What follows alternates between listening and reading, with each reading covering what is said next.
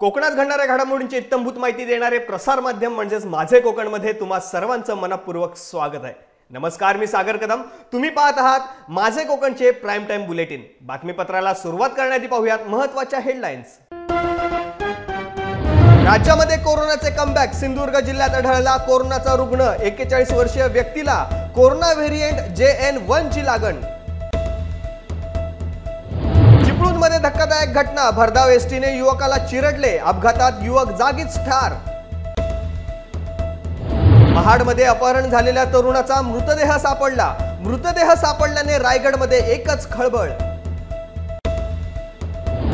आणि जिल्हा प्राथमिक शिक्षण विभागाचा अनागोंदी कारभार। शिक्षण व्यवस्थेतील अधिकारी तुपाशी आणि विद्यार्थी मात्र शिक्षणापासून उपाशी। आता पाहूया सविस्तर वृत्त। सुरुवातीलाच कोरोना संदर्भातील बातमी। जगासह देशात पुन्हा एकदा कोरोना रुग्णसंख्येत झपाट्याने वाढ होताना दिसते। हिवाळा सुरू होताच पुन्हा एकदा कोरोनाचा धोकाही वाढू लागला आहे। सिंधुदुर्ग जिल्ह्यातील दोडामार्ग तालुक्यामध्ये कोरोनाच्या प्रकारातील JN1 या नव्या उपप्रकाराचा रुग्ण आढळून आलेला आहे। त्यामुळे जिल्ह्यात खळबळ उडाली आहे। मात्र हा रुग्ण पूर्णपणे बरा असून कुणीही घाबरून जाऊ नका असे आरोग्य प्रशासनाकडून स्पष्ट करण्यात आले आहे। दोडामार्ग तालुक्यातील एक 41 वर्षीय व्यक्ती 20 नोव्हेंबर 2023 दरम्यान गोवा येथे केलेल्या कोरोना चाचणीमध्ये कोरोनाच्या JN1 या नव्या प्रकारातील पॉझिटिव्ह असल्याची माहिती राज्याच्या आरोग्य विभागाकडे उपलब्ध झाली आहे। मात्र या चाचणीला आता 1 महिना होऊन गेला असून तो रुग्णही पूर्णपणे बरा असून घरी आहे। तरी देखील आरोग्य यंत्रणा सतर्क करण्यात आली असून आवश्यक त्या उपाययोजना करण्यात येत असल्याचे स्पष्ट करण्यात आले आहे। आता चिपळूणमधून एक धक्कादायक प्रकार समोर येतोय। चिपळूण तालुक्यातील खेर्डी माळेवाडी येथे आज सकाळी 8:30 वाजता एक भीषण अपघातात एका युवकाचा जागीच मृत्यू झालाय। भाजी आणण्यासाठी गेलेला अनिकेत दाभोळकर या युवकाला ST बसने चिरडले। अचानक झालेल्या या प्रकारामुळे परिसरात एकच खळबळ उडाली आहे। माझे कोकणच्या हाती या अपघाताचे CCTV फुटेज लागले असून अपघाताची भीषणता यामधून पाहायला मिळते। मंडणगड धाराशिव अशी प्रवास करणारी ST बस अचानक या युवकाच्या अंगावर आल्यामुळे कुणालाही काही सुचण्याआधीच हा अपघात घडला। अपघातामुळे खेर्डी चिपळूण भागामध्ये शोककळा पसरली आहे। ST चालकाला चिपळूण पोलिसांनी ताब्यात घेतल्याची माहिती समोर येते।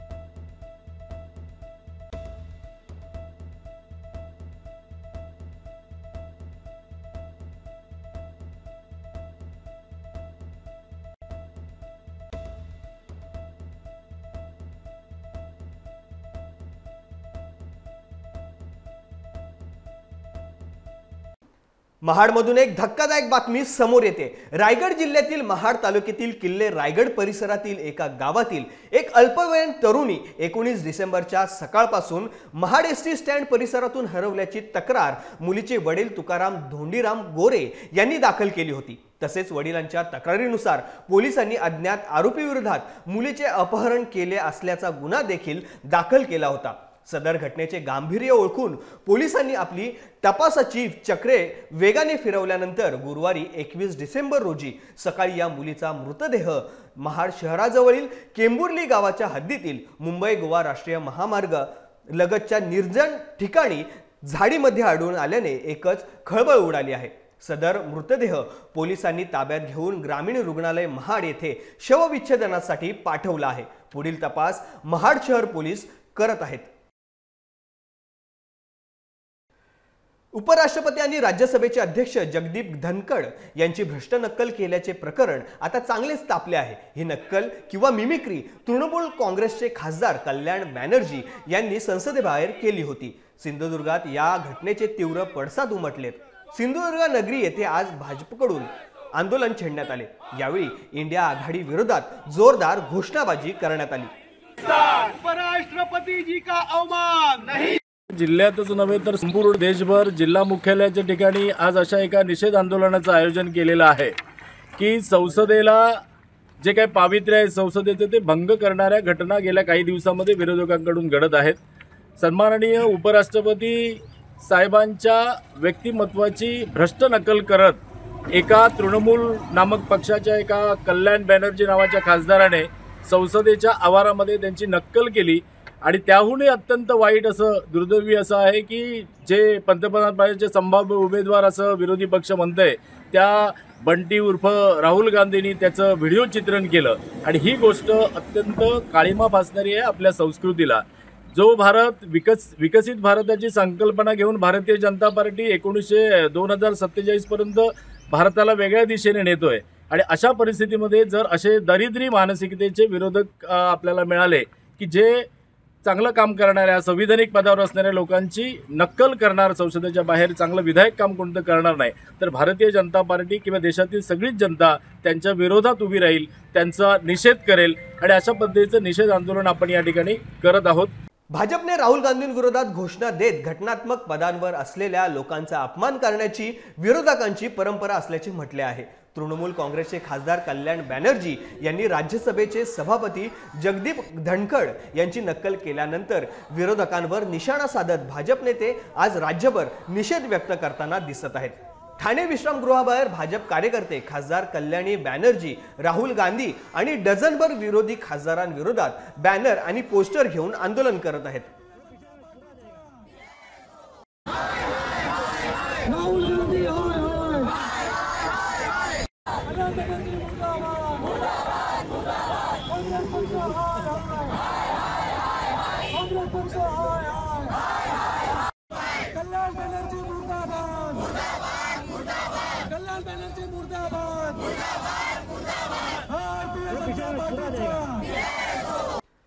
सिंधुदुर्ग जिल्हा प्राथमिक शिक्षण विभागात मंजूर पदांपैकी जवळपास 30% शिक्षकांची पदे रिक्त असताना प्राथमिक शिक्षणाधिकारी कार्यालयाने शिक्षकाला मुलांचे शैक्षणिक नुकसान करून दावणीला बांधण्याची बाब उघड झाली आहे। नेमका हा काय प्रकार आहे ते आपण जाणून घेऊया। गेली 1-2-3 दिवस सिंधुदुर्ग जिल्हा परिषदेमध्ये कामकाजासाठी करत असताना तिथे एक महिला 1-2 मुलींना घेऊन सतत येताना दिसली। 1-2-3 दिवसानंतर आमच्याकडनं ज्यावेळी प्रश्न झाला तर त्यावेळी तिच्या बदली संदर्भात काहीतरी विषय होता। आपल्याला त्यांच्या प्रशासकीय कामकाजाबद्दल काही बोलायचं नाही, परंतु त्यानंतर जी काही माहिती समोर आलेली आहे ती माहिती घेतली असता जी काही गंभीर बाब समोर आलेली आहे की या जो खटाटोप सिंधुदुर्ग जिल्हा परिषद प्राथमिक शिक्षण विभागाकडून केला जातोय तो खटाटोप एका शिक्षकाला वाचवण्यासाठी केला जातोय। जो शिक्षक गेली 4 वर्ष ह्या शाळेत फक्त नावासाठी आहे, जेथून त्यांचा इथे पगार निघतो आणि तो प्रत्यक्षात सिंधुदुर्ग जिल्हा परिषद शिक्षणाधिकाऱ्यांनी आपल्या दावणीला बांधून त्याला त्या ठिकाणी आपल्या कार्यालयाला ठेवलं आहे असं काही कर्मचाऱ्यांचं म्हणणं आहे। त्याची वस्तुस्थिती जाणण्यासाठी जेव्हा मी आज शाळेला भेट दिली, आज हे जर तुम्ही बघत असाल तर डिगस राणेवाडी इथली ही शाळा आहे। या शाळेला आम्ही आज भेट दिली आणि वस्तुस्थिती जाणून घेतली। या शाळेमध्ये जो काही शिक्षक आहे, शिक्षक नसल्यामुळे मुलांचे जे काही नुकसान आहे, आपण इथले स्थानिक ग्रामस्थ आहेत ते तुम्हाला या संदर्भातलं थोडीशी माहिती देतील। म्हणजे आता स्थानिक ग्रामस्थ म्हणून मी जेव्हा विचार करतो तेव्हा शाळेमध्ये कायमस्वरूपी शिक्षक असावा असं मला वाटतं, परंतु आमच्या इकडे परिस्थिती अशी आहे की 2-2 दिवसानंतर शिक्षक बदलत असतो, त्याच्यामुळे मुलं सेटल होऊ शकत नाही, मुलांचं शैक्षणिक नुकसान होतं। माझं असं म्हणणं आहे की एक कायमस्वरूपी शिक्षक मिळावा, त्याच्यामुळे मुलांचं शैक्षणिक नुकसान होणार नाही आणि हा बेस आहे मुलांचा। लहानपणी जर मुलं ह्या वयात व्यवस्थित हे झाली तर पुढे त्यांना व्यवस्थित फायदा होईल, त्याच्यामुळे त्यांचं शैक्षणिक नुकसान होऊ नये एवढंच माझं म्हणणं आहे।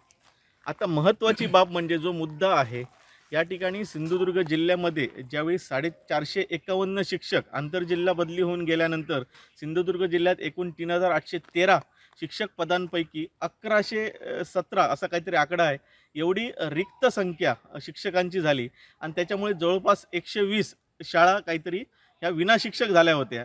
अशी परिस्थिती असताना एका शिक्षकाला शिक्षण विभागाने, प्राथमिक शिक्षण विभागाने आपल्या कार्यालयात दावणीला नेमकं कशासाठी बांधून ठेवलेलं आहे? आज त्या शिक्षकाची गरज ही मुलांना होती की त्या ठिकाणी कार्यालयात होती, याचं उत्तर प्राथमिक शिक्षण विभागाने द्यायचं आहे। त्याचप्रमाणे AC केबिनमध्ये बसून हा सर्व कारभार हाकणारे आपले जिल्हा परिषदचे CEO तथा प्रशासक आहेत, त्यांनीसुद्धा AC केबिनच्या बाहेर येऊन ही सर्व वस्तुस्थिती नेमकी काय आहे ही बघायची आहे। आज एक शिक्षक जो त्या ठिकाणी कार्यालयात गेली 4-4.5 वर्ष ठाण मानून आहे, तो कशासाठी आहे, नेमकं कशासाठी आहे, नेमकं काय काम करतो आहे, आज त्याची गरज मुलांना होती की कार्यालयाला होती, या सर्व प्रश्नांची उत्तरं त्यांनी सिंधुदुर्ग जिल्ह्याला तील नागरिकांना देणं गरजेचं आहे असं माझं म्हणणं आहे. त्याचप्रमाणे ही जी परिस्थिती आहे की गेली 4-4.5 वर्ष तो शिक्षक या ठिकाणी समजा काम करत नसेल, आता शिक्षकांची गरज ही मुलांसाठी असतानासुद्धा आज प्रशासन त्याची गरज ओळखून मुलांसाठी शिक्षक उपलब्ध करून देत नसतील, तर हा नेमका खेळखंडोबा शिक्षण विभागाने का रचला आहे, त्याच्या पाठीमागे काही आर्थिक गणितं आहेत का, हे सगळ्याची चौकशी ही सिंधुदुर्ग जिल्हा परिषदेने करावी. खेड तालुका काँग्रेस कमिटीच्या वतीने दिनांक 23 डिसेंबर 2023 रोजी खेड तालुक्यातील सौणस येथे खाडीपट्टा विभाग भव्य कार्यकर्ता मेळावा व सत्कार सोहळा आयोजित करण्यात आला आहे. या कार्यक्रमाला माजी खासदार हुसेन दलवाई, माजी आमदार हुस्नबानू खलिपे, नगरसेवक मनोज शिंदे, रत्नागिरीचे जिल्हाध्यक्ष अविनाश लाड, रत्नागिरी जिल्हा अल्पसंख्याक विभागाचे जिल्हाध्यक्ष खलील सुर्वे, रत्नागिरी जिल्हा कार्याध्यक्ष इब्राहिम दलवाई, अनंत भाऊ मोहिते, चिपळूण तालुकाध्यक्ष प्रशांत यादव, खेड तालुकाध्यक्ष गौस खतीब हे उपस्थित राहणार आहेत. या कार्यक्रमाचे आयोजन खाडीपट्टा विभागाचे अध्यक्ष अजिमभाई सुर्वे यांनी केले आहे. 23 डिसेंबर रात्री 9 वाजता सौनसमध्ये खाडीपट्टा मेळावा आहे. खेड काँग्रेस कमिटीने हे कार्यक्रम ठेवलेला आहे.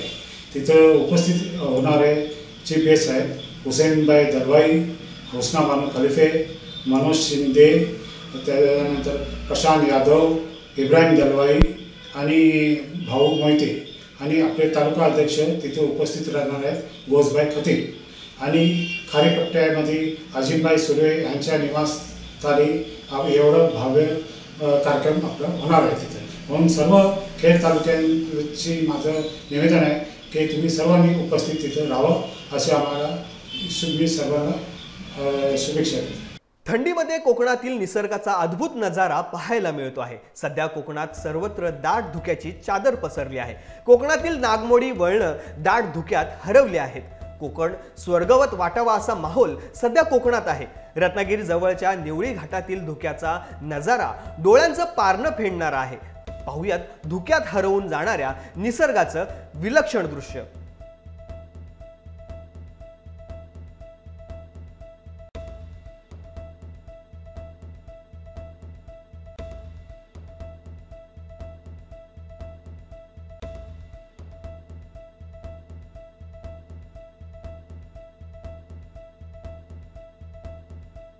बुलढाणा जिल्ह्यातून लाचलुचपत प्रतिबंधक विभागाने केलेल्या कारवाईचे अनोखे प्रकरण समोर आले आहे. रिव्हर्स ट्रॅप करून जीएसटी अधिकाऱ्याला लाच देताना एका व्यावसायिकाला लाचलुचपत प्रतिबंधक विभागाने रंगेहात पकडण्याची ही पहिलीच वेळ आहे. मलकापूर येथील बजरंग इंडस्ट्रीजचे मालक प्रवीण अग्रवाल याने 2.5 लाख रुपयांची लाच देण्याचा प्रयत्न केलाय. पैसे देताना या व्यावसायिकाला लाचलुचपत विभागाने रंगेहात पकडले आहे. कडधान्य व्यापारी प्रवीण अग्रवाल याने जीएसटी अधिकारी चेतन सिंग राजपूत यांना 3 कोटी रुपयांची जीएसटी सूट मिळवून देण्यासाठी बळजबरीने 2.5 लाख रुपये लाच देण्याचा प्रयत्न केला आहे. अशा स्थितीत पुन्हा एकदा डाळी व्यापाऱ्यांकडून जीएसटी चोरीची गंभीर प्रकरण समोर आले आहे. आरोपी प्रवीण अग्रवाल यांच्या विरोधात खामगाव शहर पोलिसात लाच घेण्याप्रकरणी गुन्हा दाखल करण्यात आला आहे. आपला संकल्प विकसित भारत हा केंद्र सरकारच्या योजनेचा रथ रत्नागिरी जिल्ह्यात गावोगावी फिरत आहे. मात्र रत्नागिरी जिल्ह्यातल्या दापोली तालुक्यातील माठवण या ठिकाणी ग्रामसभेमध्ये या रथावर एका वृद्ध व्यक्तीने आक्षेप घेतला आहे. हा रथ भारत सरकारचा आहे की व्यक्तिगत मोदी सरकारचा आहे? शासनाचे लाखो करोडो रुपये जे खर्च होतात ते मोदीसाठी होतात का, असा प्रश्न उपस्थित करत माटवण मधील त्या बुजुर्ग व्यक्तीने अक्षरशः पोट तिडकीने विचारलेले प्रश्न सर्वांनाच बुचकळ्यात टाकणारे आहेत. त्या वृद्ध व्यक्तीच्या प्रश्नांच्या भडीमारानंतर या रथाचे नियोजन करण्यासाठी आलेले शासकीय कर्मचारी देखील अनुत्तरित झालेत. सध्या हा व्हिडिओ संपूर्ण जिल्ह्यात नाही तर महाराष्ट्रामध्ये देखील व्हायरल होतोय. पाहुयात नेमका काय प्रकार घडला आहे ते या व्हिडिओमधूनच. रथ मोदी सरकारचा की भारत सरकारचा? उत्तर हवंय. या खर्चाला तरतूद किती आहे? 25,000 आहे. माझ्या सोर्सने मला माहिती दिलेली आहे. हा इथं जो आता झेंडा लावलेला आहे, जो ध्वजस्तंभ बांधलेला आहे, त्याला खर्च आहे 35,000 रुपये. माझ्या सोर्सनी मला माहिती दिलेली आहे. त्या झेंडा वंदन करताना तलाठी माटवण, त्याला ग्रामसेवक माटवण, सरपंच माटवण, उपसरपंच माटवण यांना एक नोटीस होती. माझ्या सोर्सची माहिती आहे की जर तुम्ही हा खर्च केला नाही तर तुमच्यावरती राष्ट्रद्रोहाचा गुन्हा दाखल केला जाईल. ताबडतोबीने त्यांनी तो एका 4 दिवसामध्ये तो ध्वजस्तंभ बांधला आणि तिथं लावला. त्याच्यावरती आतापर्यंत आक्षेप नंबर 1, एकटेच मोदी पंतप्रधान झाले, नेहरू पंतप्रधान नाहीत, इंदिरा गांधी नाहीत, लालबहादूर शास्त्री नाहीत, गुलजारीलाल नंदा नाहीत, इंद्रकुमार गुजराल नाहीत, मोरारजी देसाई नाहीत, एकटेच पंतप्रधान मोरारजी आपले नरेंद्र मोदी आहेत. काय तुम्ही नरेंद्र मोदीची सुपारी घेतली, व्यक्तीची सुपारी घेतली की भारताच्या पंतप्रधान पदाची जाहिरात करतात? मला उत्तर द्या ॲज ए सरकारी ऑफिसर, नाही तर तुमची मी कंप्लेंट करेन. मी दिसायला तुम्हाला फाटका माणूस वाटवायचा असेल 8 तारखेला इथं आलेले हे रथाची मी इथं रथ आडवा पाडीन, इथं मध्ये झोपेन आणि तुमचा रथ आडवा उत्तर द्या. डॉक्टर बाबासाहेब आंबेडकर तंत्रशास्त्र विद्यापीठ लोणेरे येथील प्राथमिक आरोग्य केंद्र व ICTC विभाग उपजिल्हा रुग्णालय माणगाव यांच्या संयुक्त विद्यमाने बुधवार दिनांक 13 डिसेंबर व गुरुवार दिनांक 21 डिसेंबर रोजी विनामूल्य रक्त तपासणी शिबिराचे आयोजन करण्यात आले होते. या शिबिरामध्ये CBC, RFT, LFT, HIV, thyroid, lipid आणि शुगर व इतर चाचण्या करण्यात आल्या. डॉक्टर बाबासाहेब आंबेडकर तंत्रशास्त्र विद्यापीठातील पदवी व पदविका विभागातील सर्व शिक्षक व शिक्षकेतर अधिकारी व कर्मचारी तसेच विद्यार्थ्यांनी सदर शिबिराचा मोठ्या प्रमाणात लाभ घेतला.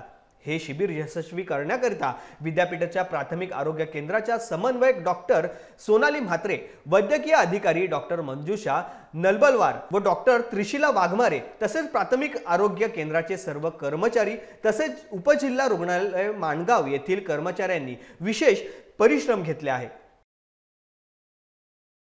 रत्नागिरी जिल्ह्यातल्या खेडमधील गोळीबार मैदान येथे हनीफभाई घनसार यांचे चिरंजीव जावेद या शुभविवाह प्रित्यर्थ दापोली मतदारसंघाचे माजी आमदार संजय कदम यांनी शुभेच्छा दिल्यात. या प्रसंगी त्यांच्या समवेत दुबई येथील प्रसिद्ध उद्योजक बशीर हजवानी, मुंबई येथील सुप्रसिद्ध शाह बुरमल ज्वेलर्सचे पार्टनर्स पारसभाई जैन, दापोली विधानसभा शिवसेना क्षेत्रप्रमुख किशोर देसाई, बशीर हमदुले यांसह अनेक कार्यकर्ते व शिवसैनिक उपस्थित होते.